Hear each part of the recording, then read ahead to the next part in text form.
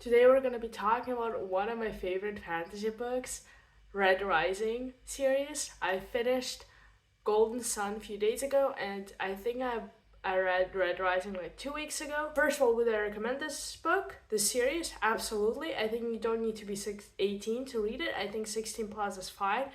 There is some sexual assault in the first book. I think everything is fine in the second book, but it's not too explicit. So you can definitely read it if you're 16. I don't think that's anything bad. I mean, first book, let's just say if I have to use one sentence to describe it, it's just a good rebellious story with a great main character, I would say. I have to say, I think Red Rising is classified as sci-fi. I would say I'm not the biggest fan of sci-fis. I don't think I've read enough to know a lot about them. I've only read Dune, and before that, maybe I've read something about it, but not a lot. Not a lot. I do. I did like playing Mass Effect. I'm pretty sure it's a sci-fi game, which was fun. I really liked some of the characters there. But yeah, I usually am not really into sci-fi that much. But I think this is Red Rising is a good combination of sci-fi and fantasy. If I have to talk about the characters, I have to first first of all talk about our main character, which is Darrow. I forgot his last name, but Darrow is a I think he's a really good main character. I like him more in the second book, but again, where this is Red Rising reviews, so I'm not gonna be talking about the future books yet. In the first book, I think it was fine. Um, I've heard that a lot of people had some complaints because they thought he was basically a Mary Sue, which is a perfect character, always the smartest guy, the strongest, blah blah blah. Which I can definitely see that, but he did fail multiple times in the books. So I don't know. I don't know. Also, this section have to tell you right now, spoilers. So if you haven't read Red Rising, I definitely recommend you reading it first. I think Darrow is a good protagonist. Usually in those kind of books, I have a problem with them being very young. I think he is younger than me in this book, 18, 19. So I usually have problems with imagining someone my age or younger doing all this kind of stuff. But I guess if you're in a different environment, it is different. It's just a little hard for me. And we can come to Io. I think that's her name. It's his Darrow's wife. I didn't really like her. I mean, she. I don't know. I don't think she was an important character. She was important for Darrow, for his character development, but as independent character, didn't really have a lot of power to her. Let's just say that. Also, he definitely loved her more than she loved him. 100%. I don't think any person would argue with me on that one. Servo, I think his name is Servo, my favorite character. I love him so much. I think when they first introduced him, I already knew that this is gonna be my favorite character and most probably other people's favorite character. So it's just so nice. I think in those kind of books where betrayal is almost everywhere, if you have a very loyal character like Servo, you will just start liking them immediately. I definitely like him much more than Darrow. I think he's much more interesting, especially in later books. But yeah, perfect. He's just like very sweet boy. Mustang, I have to tell you, if I have to be honest about Mustang, I didn't really connect with her in the first book. I liked her a little more than Io, but I think she was lacking personality for me. And I don't know, there's something about their romance which I will come to later, but it just didn't hit it for me. I just didn't really believe it. It felt a little weird, a little rushed. Cassius, I liked him at the beginning. I knew there would be a problem with Darrow killing his brother. I didn't think that the secret would be revealed in this book because I already knew there's like 4, 5 books of Red Rising series, and we have a trilogy, and then after like a series continues after that. But I thought this secret would be revealed later. but it was revealed, I think, in the middle somewhere of the first book, which I'm okay with. But Cassius is a character, I really liked him. I definitely would be attracted to him if I was there. But I stopped liking him. Obviously, I can understand his hate for Darrow. Again, understandable. If someone did anything to my siblings, I would hate them too. But still, there's something about him. I just don't know. I don't know. After him killing Darrow, I just completely turned on him. I think there are some other female characters there, like Queen. She's really sweet. Not a lot to her, but she seems very nice. And I forgot the girl that was killed. I think her name is Leo or something. Leah. She was pretty nice too, but again, not a lot to talk about here. I love Pax. Again, Pax is one of the characters that's very loyal. I think in almost in every book you can find that archetype of strong big guy with the soft heart. Very very nice. I was very upset when he died. Shakal, Shakal. If I have to be honest, I was attracted to him a little bit, not a lot, but just a little bit. There's something about those dark characters, and also he's the strongest villain of the first book for sure. And there's something about him that I liked. I wouldn't want to marry him. Would I want to sleep with him? Probably, probably. There's other characters I forgot about. Rogue, the poet, and I like him. I liked him. Let's just say that I liked him. But again, he didn't really do a lot for me. At least not in the first book. He was fine. He was fine. He seems like a good friend, but not a lot to talk about here again. And let's talk about my highlights and also things I didn't like.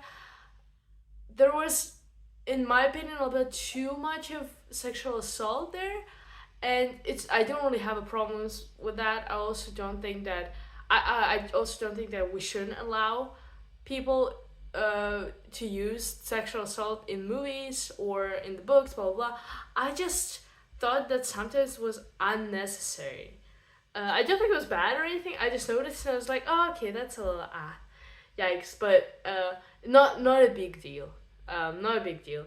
Other things that I didn't really like, also, I'm not a big fan of fake deaths. I don't like it because I feel like it's been used. This trope has been used quite a bit, and in this book, I mean, you have basically Darrow fake dying twice. When at the beginning he was executed, and then in the middle of the book where Cassius killed him. So I didn't really enjoy it. I wish Cassius just left him there without, I guess, like thinking that he killed him, which maybe that happened actually coming back to it, but I don't think so. I just wish he was like, he just left him there. I know, broke his legs, went back to his camp and said, "Oh yeah, he died accidentally," something like that, or he would intentionally not want to kill him or something. I'm just again not a big fan of fake deaths. But the Mustang romance came out of nowhere for me. I mean, when she saved him, obviously I was like, okay, this is happening. But before that, nothing really led up to it, or nothing really led up to it. And I don't know, I didn't really feel the romance. I think they established Io and Darrow's relationship because it was so strong. I didn't feel anything towards Mustang. She didn't really have a lot of personality to her, except again the end, where it was revealed that she's Jakal's sister and the daughter of the governor. Which again, at the end, when Darrow thought that she betrayed him, I knew that she wouldn't. I don't know. I just had a feeling that it would be too obvious and it would be just weird if she did betray him. I mean, also, again, I have to mention the first person POV has some problems. Sometimes I definitely had some problems with other books that I've read in first person perspective, where they, in this book that happened too, where they basically set up a trap and you know nothing about it, but then it happens. It's supposed to be a surprise, but then you think, okay, if I am in this character's thoughts, I should have known that. So that's that could be a little so maybe that could turn some people off. It wasn't a big thing for me. I usually not really, I don't am picky about my books, but it's something that you should be aware of, definitely. My Let's talk about highlights right now. I think, well, first of all, I definitely didn't know that it would go into Hunger Games direction, because starting this series, I just read somewhere that was good. I've heard some people talking about it, so I just started reading it and I couldn't stop. I think I really like the beginning. I think they established the world pretty well. With a maybe someone would say that, oh, it's not original, all those color system, blah blah blah. I think it was fine. I think it was nice. And I also liked Mickey and Dancer, even though they had a little part in this book. I still really like them. Really enjoyed their company, and the whole thing of like them making Darrow a gold, which was pretty interesting too and unexpected. And when you go to that school, I genuinely thought it's gonna be some high school stuff. I didn't know what to expect. I definitely did not expect that he would kill Julian in the first 100 chapters, maybe less. Definitely did not expect that. Again, the Hunger Games aspect, did not see it coming. But when it happened, I was like, okay. I wouldn't say I'm a big fan of it, but it was nice. I guess I just, because at the beginning they would say a gold are at the top of the chain, I imagine them being more of intellectuals and less. I didn't think they would use violence that much. I thought they were maybe just words, weapon kind of people. I don't really know how to describe it, but you get me. So it was a little shocking, but it was nice. It was nice. I also really liked the ending when Darrow basically went up to Olympics, and just started, I guess, capturing people. It was pretty cool. It was pretty cool. So I think those are my highlights: the beginning of the series and the end.